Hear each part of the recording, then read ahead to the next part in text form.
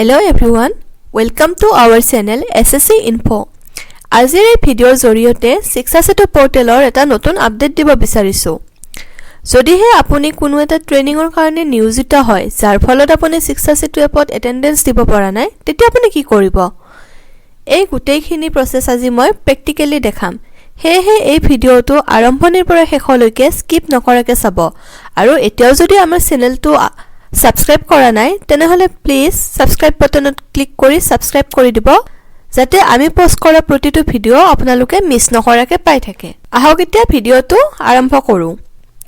যদি আপুনি কোনো বিশেষ কাৰণত স্কুল যাব পৰা নাই বা কোনো বিশেষ ট্ৰেইনিংত নিয়োজিত হোৱাৰ বাবে স্কুলত গৈ এটেন্ডেন্স দিব পৰা নাই, তেতিয়া আপোনালোকৰ মনত প্ৰশ্ন হ'ব যে এটা কি হ'ব? কেনেকৈ শিক্ষা সেতুত ৰিফ্লেক্ট কৰিব যে আপুনি বিশেষ ট্ৰেইনিংৰ বাবেহে এটেন্ডেন্স দিব পৰা নাই। আগতে শিক্ষা সেতুত অডি লিভৰ ব্যৱস্থা আছিল। যেতিয়া টিচাৰসকলে চৰকাৰী নিৰ্দেশ মতে বিভিন্ন কামত নিয়োজিত হৈছিল তেতিয়া অডি লিভৰ ব্যৱস্থা এটা আছিল, কিন্তু বৰ্তমান শিক্ষা সেতুত কোনো অডি লিভৰ ব্যৱস্থা নাই। সো এনেকুৱা সিচুৱেচনত আপুনি কি কৰিব লাগিব?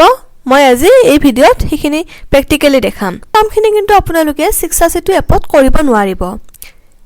এবসেন্টৰ ৰিজন দিব লাগিলে আপোনালোকে শিক্ষা সেতুৰ ৱেব পোৰ্টেলত গৈহে ৰিজনটো দিব পাৰিব। শিক্ষা সেতু ৱেব পোৰ্টেলৰ লিংকটো হ'ল siksasetu.assam.gov.in।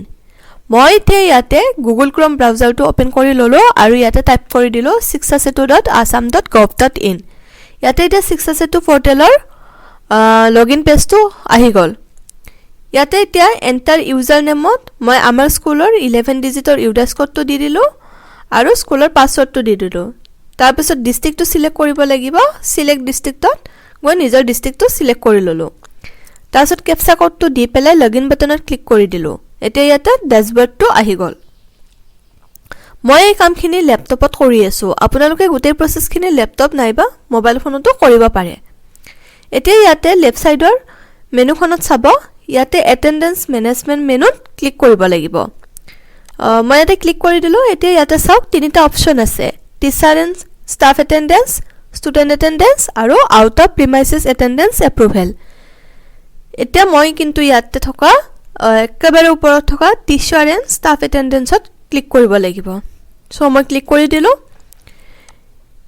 ইয়াৰ পাছত এতিয়া ইয়াতে teacher and staff attendance daily report পেজটো আহি গল। ইয়াতে অল টিচাৰ বা ষ্টাফৰ নাম শো হৈছে আৰু এটেন্ডেন্স ষ্টেটাসটো শো হৈ আছে। যিসকল টিচাৰে শিক্ষা সেতু এপত গৈ এটেন্ডেন্স দিয়া নাই তেওঁলোকৰ এটেন্ডেন্স ষ্টেটাসটো এবসেন্ট হৈ আছে আৰু যিসকল টিচাৰে শিক্ষা সেতু এপত গৈ এটেন্ডেন্স দিছিল তেওঁলোকৰ ষ্টেটাসটো প্ৰেজেন্ট হৈ আছে। লগতে এটেন্ডেন্স টাইপ AI বেসড আৰু ইন টাইম আউট টাইম সকলো ডাটা ইয়াতে শো হয়। বেসিক্যালি ইয়াতে যেটো দিনত আপুনি লগইন কৰিছে সেই দিনটোৰহে ষ্টাফৰ প্ৰেজেন্ট এবসেন্টটো দেখা পায়। এতিয়া মই ক'ব বিচাৰিছো যদি টিচাৰ এজন এবসেন্ট থাকিব লগা হয়, সাপোজ টিচাৰ এজন বিভিন্ন ট্ৰেইনিংত নিয়োজিত হোৱাৰ কাৰণে বা কোনো বিশেষ অসুবিধাৰ কাৰণে টিচাৰজন স্কুলত প্ৰেজেন্ট থাকিব পৰা নাই, তেতিয়া হলে কেনেকৈ শিক্ষা সেতু পোৰ্টেলত ষ্টেটাসটো আপডেট কৰিব? এতিয়া ইয়াতে চাওক এইকেইজন টিচাৰ প্ৰেজেন্ট আছে আৰু এইকেইজন টিচাৰ কোনোটা বিশেষ ট্ৰেইনিংত নিয়োজিত হোৱাৰ কাৰণে এটেন্ডেন্স দিব পৰা নাই। সো ইয়াতে এবসেন্ট দেখাই আছে এওঁলোকক। হেহে এই টিচাৰজনে ইয়াত আপডেট ৰিজনত ক্লিক কৰি কিয় বিশেষ দিনটোত প্ৰেজেন্ট থাকিব পৰা নাছিল হেতু দিব লাগিব। সো মই ইয়াতে আপডেট ৰিজনত ক্লিক কৰি দিলো। আপডেট ৰিজনত ক্লিক কৰাৰ পিছত এটো এটা পপআপ আহি গল, আপডেট এবসেন্স ৰিজন।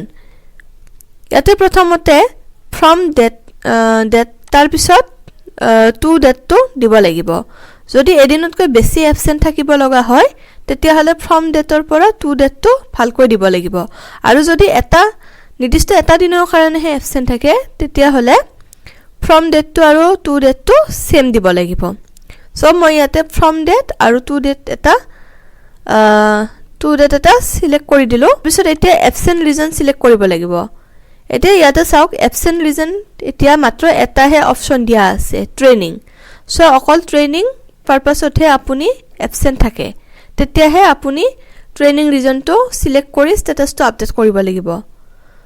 সো মই ট্ৰেইনিং ৰিজনটো সিলেক্ট কৰি দিলো।